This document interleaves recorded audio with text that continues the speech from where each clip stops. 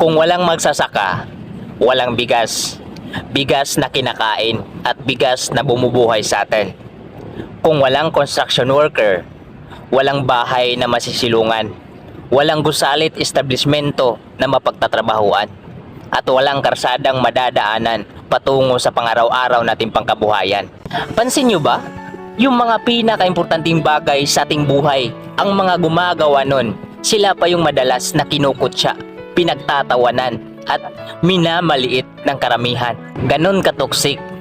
Ganon kayo magtrato sa kapwa nyo tao, na kung makapanglait kayo, akala nyo kung sino.